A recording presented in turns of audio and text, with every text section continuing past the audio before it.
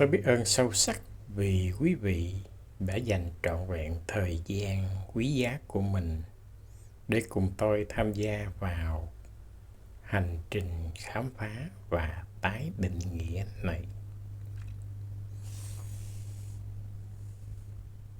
Tôi xin mời quý vị dành một chút thời gian để thiết lập lại sự hiện diện của mình. Dù quý vị đang ngồi, đang nằm hay đang làm việc gì đó, xin hãy tạm thời ngưng mọi hoạt động và chỉ cần lắng nghe.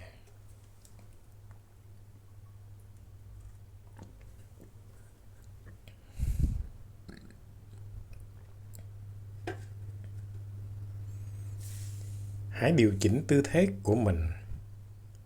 Thả lỏng cơ mặt. Thả lỏng đôi vai đang gánh vác. Hãy hít vào một hơi thật sâu. Mang sự tĩnh lặng vào cơ thể. Và thở ra thật chậm. Buông bỏ mọi căng thẳng và lo lắng.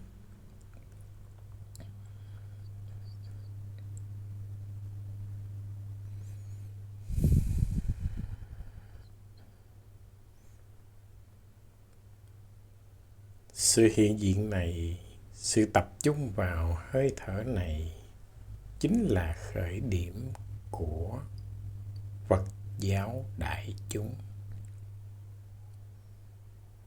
Một giáo pháp không đòi hỏi lễ nghi phức tạp,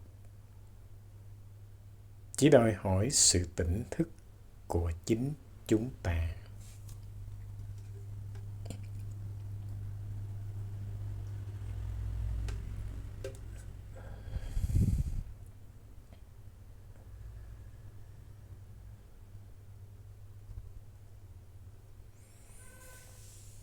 Thưa quý vị, qua nhiều thế kỷ, Phật giáo đã được khoác lên mình nhiều lớp vỏ văn hóa và nghi lễ. Đối với nhiều người, Phật giáo là một tôn giáo của đức tin mù quáng. Nhưng hôm nay, chúng ta cùng nhau lột bỏ lớp vỏ đó. Đức Phật là một Bết Đà, người đã tỉnh thức. Ngài đã tự mình tìm ra quy luật vận hành của tâm và vật chất, tức là quy luật của khổ đau, dukkha và hạnh phúc, nibbana, niết bàn.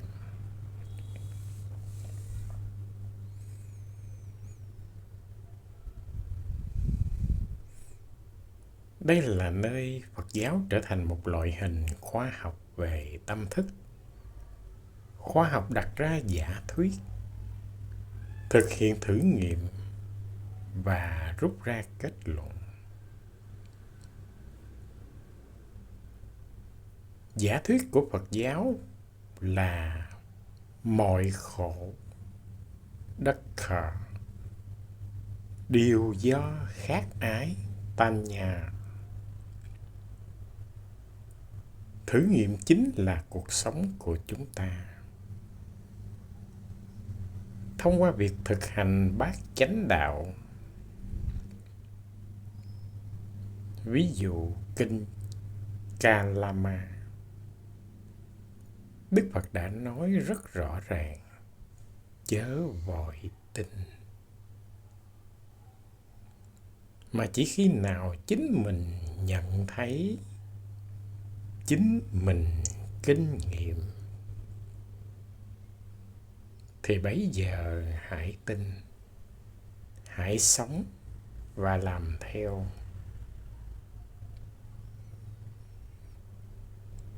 Đây là sự tôn trọng tuyệt đối đối với trí tuệ cá nhân của người học Phật.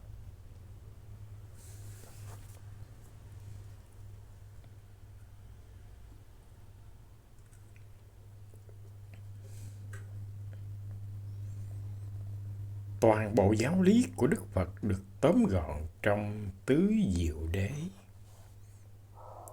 Katani Ariya Sakani, 4 sự thật cao quý. Chúng ta nhìn nhận chúng dưới góc độ 4 nhiệm vụ cao quý mà chúng ta cần hành động để hoàn thành. Dukkha Sakka, khổ đế. Nhiệm vụ phải biết, phải thấy. Samudaya Sakka, tập đế. Nhiệm vụ phải từ bỏ. Nirodha Sakka, diệt đế. Nhiệm vụ phải chứng ngộ, trải nghiệm. Magga Sakka, đạo đế. Nhiệm vụ phải tu tập, hành động.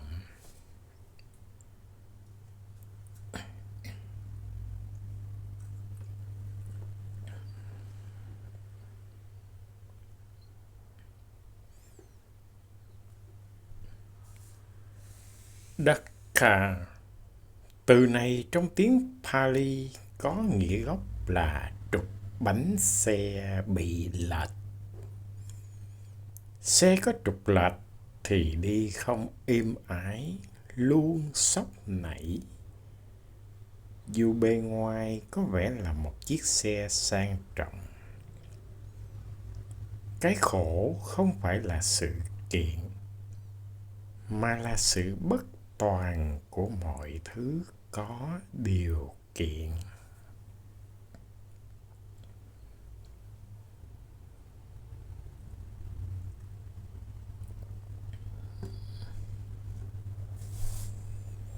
Dukkha có 3 cấp độ mà chúng ta cần phải biết.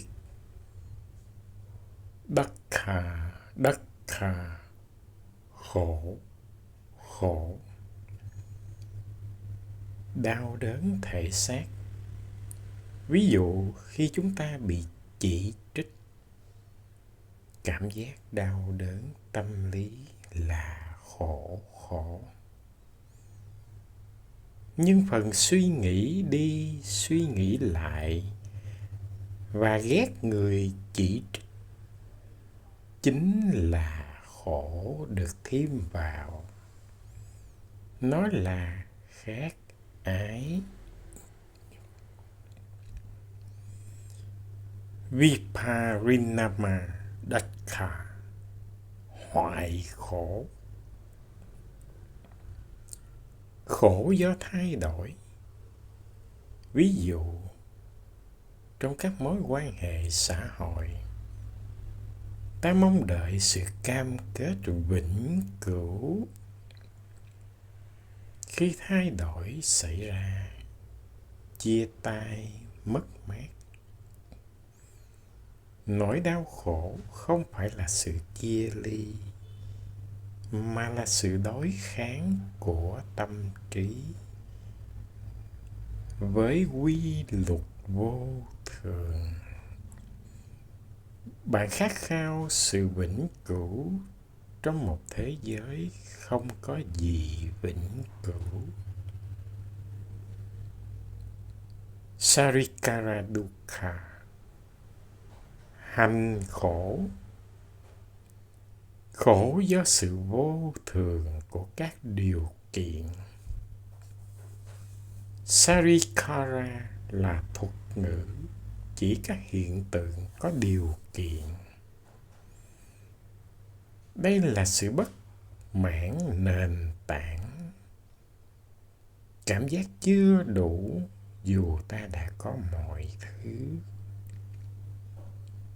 Khổ chính là sự trôi chảy không ngừng của các điều kiện mà ta không thể nắm giữ. Ví dụ, mua được một chiếc ô tô mới, vui được vài ngày, rồi lại thấy trống rỗng và phải tìm chiếc ô tô đắt hơn, sang trọng hơn, to lớn hơn.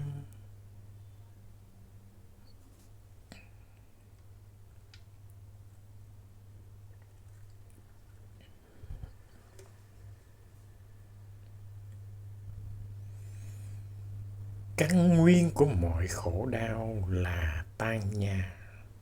Cơn khát không bao giờ thỏa mãn. Chúng ta phải từ bỏ cả ba loại khát ái. Kama tanya, dục ái, khát khao khoái lạc cảm quan. Ví dụ, nghiện dopamine. Mỗi lần bạn nhận được thông báo trên điện thoại, não bạn tiết ra dopamine. Chính sự khát khao lặp lại cảm giác hưng phấn này đã biến công cụ giải trí thành một nguồn gốc của khổ.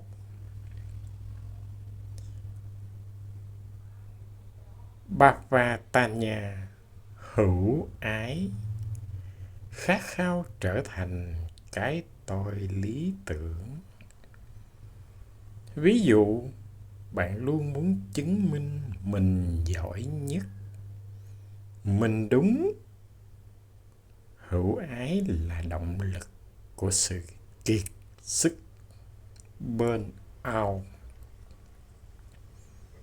Khổ đau là khi thực tại phủ phàng và cái tôi lý tưởng đó sụp đổ.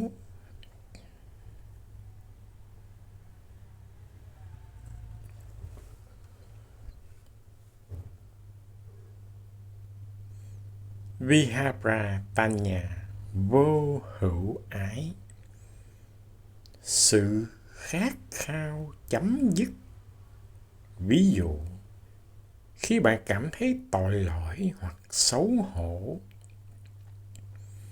bạn khát khao cảm giác đó biến mất ngay lập tức. Bạn vội vã dùng biện pháp tiêu khiển rượu bia để chối bỏ cảm xúc. Từ bỏ nó là học cách ôm lấy cảm xúc khó chịu và để nó tự nhiên trôi qua. Niết bàn là trạng thái vô điều kiện. Khi bạn không cần bất cứ điều gì ở bên ngoài để cảm thấy ổn, bạn chỉ cần hít thở và bạn thấy ổn. Niết bàn không ở đâu xa, nó chính là khoảng trống khi khát ái tạm thời vắng mặt.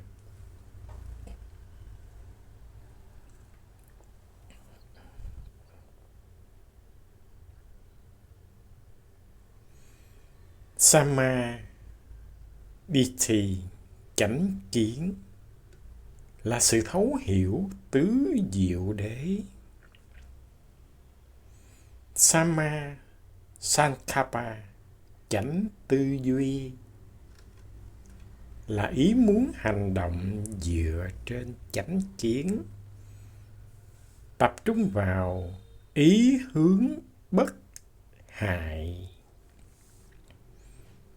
Ví dụ chánh tư duy, khi bạn bị xe máy tạt đầu, tư duy thông thường là sân hận, muốn trả đũa. Chánh tư duy là tôi chọn ý muốn giữ sự bình an. Tôi chọn sự an toàn cho cả hai bên.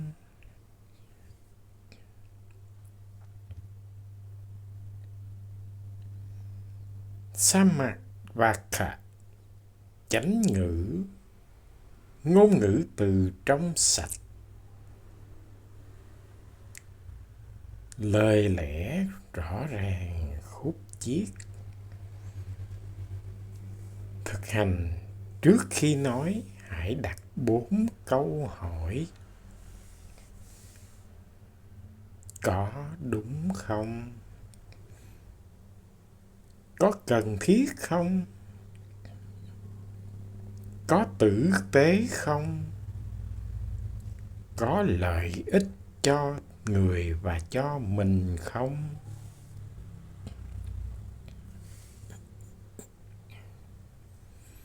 Giảm thiểu paprika, lời nói vô ích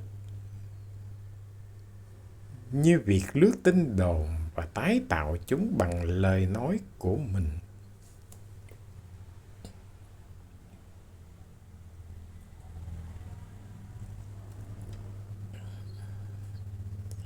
Sama Achava, chánh mạng, sinh kế trong sạch. Ngay cả khi làm nghề không bị cấm, chánh mạng đòi hỏi thái độ và đạo đức. Ví dụ một kế toán phải từ chối làm giả sổ sách, vì khi làm việc bất chánh, chính tâm hồn chúng ta bị tổn thương đầu tiên.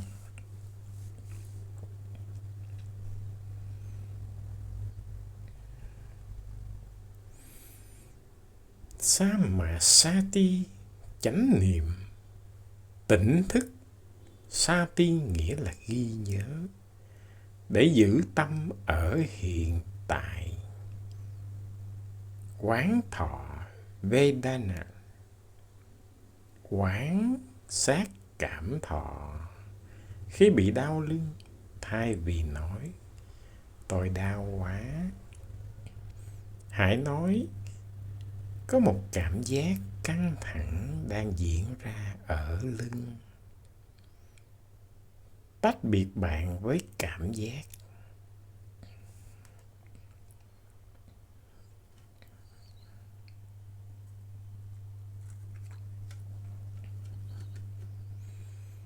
Bây giờ chúng ta sẽ dành vài phút cho việc thực hành quán thọ Vedana.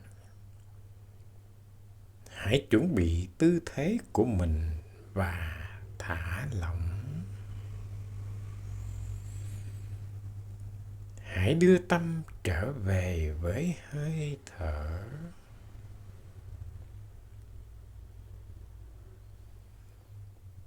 Cảm nhận hơi thở đi vào và đi ra. Bây giờ hãy hướng sự chú ý đến bất kỳ cảm giác nào mạnh nhất trên cơ thể bạn. Đừng gọi tên cảm giác đó là đau, ngứa hay mỏi. Chỉ đơn giản là nhận biết sự tồn tại của nó, như căng, nhói, nóng. Hãy ở yên với cảm giác đó. Quan sát tính chất vô thường của nó. Nó đang đến, đang ở lại và sẽ tan biến.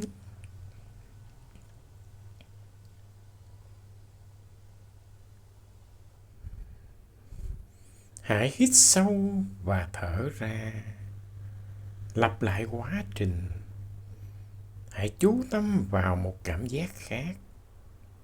Nếu không có cảm giác mạnh, hãy chú tâm vào cảm giác tiếp xúc của cơ thể với ghế ngồi hoặc mặt đất. Quan sát xem tâm trí bạn có đang phản ứng với cảm giác đó không. Ví dụ, muốn nó đi khỏi hoặc muốn nó kéo dài. Hãy buông bỏ sự phản ứng đó. Tiếp tục giữ sự tĩnh lặng và nhận biết.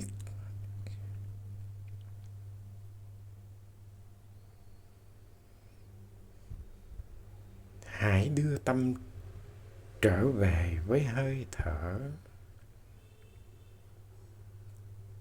Cảm nhận sự cân bằng, mở rộng nhận biết ra toàn bộ cơ thể. Chấp nhận tất cả cảm giác đang có mặt.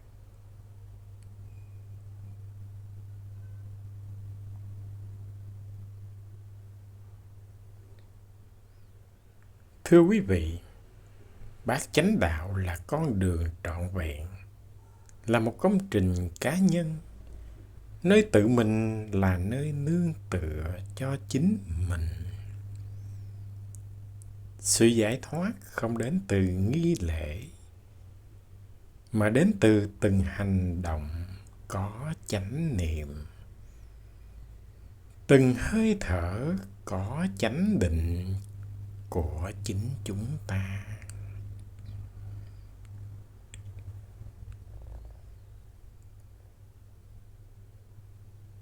Tôi xin mời quý vị tham gia vào thử thách 7 ngày tỉnh thức của Phật giáo đại chúng.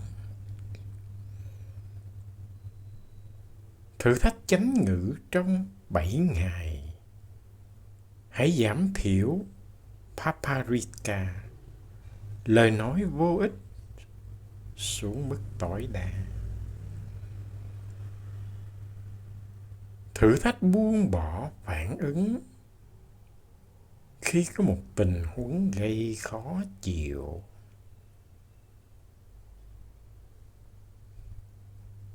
Thay vì phản ứng ngay lập tức, hãy im lặng 10 giây và quan sát hơi thở. Đó là khoảnh khắc bạn đã chiến thắng khát ái.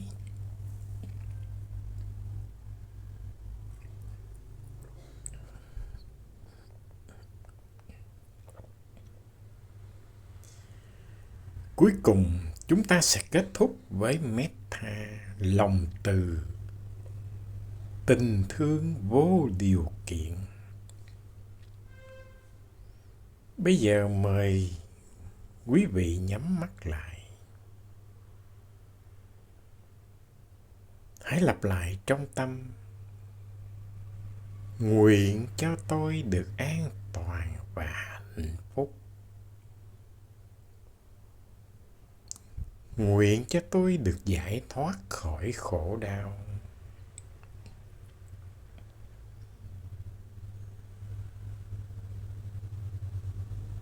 Hãy nghĩ đến một người bạn yêu quý. Nguyện cho người ấy được an toàn và hạnh phúc. Nguyện cho người ấy được giải thoát khỏi khổ đau.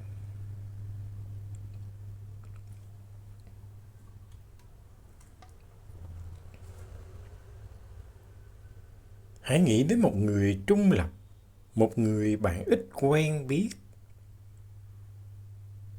Nguyện cho người đó được an toàn và hạnh phúc. Nguyện cho người đó được giải thoát khỏi khổ đau.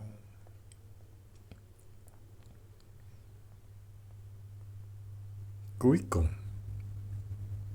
hãy nghĩ đến một người gây khó chịu, gây khó khăn cho bạn.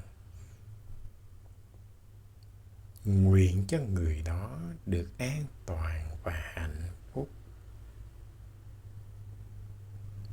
Nguyện cho người đó được giải thoát khỏi khổ đau.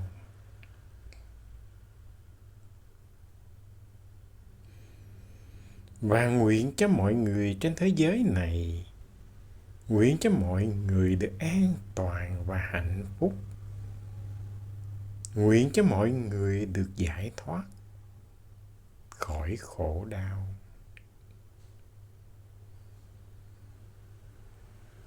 Nam mô Bổn Sư Thích Ca Mâu Ni Phật. Xin cảm ơn quý vị và chúc quý vị một ngày an lành trong chánh niệm.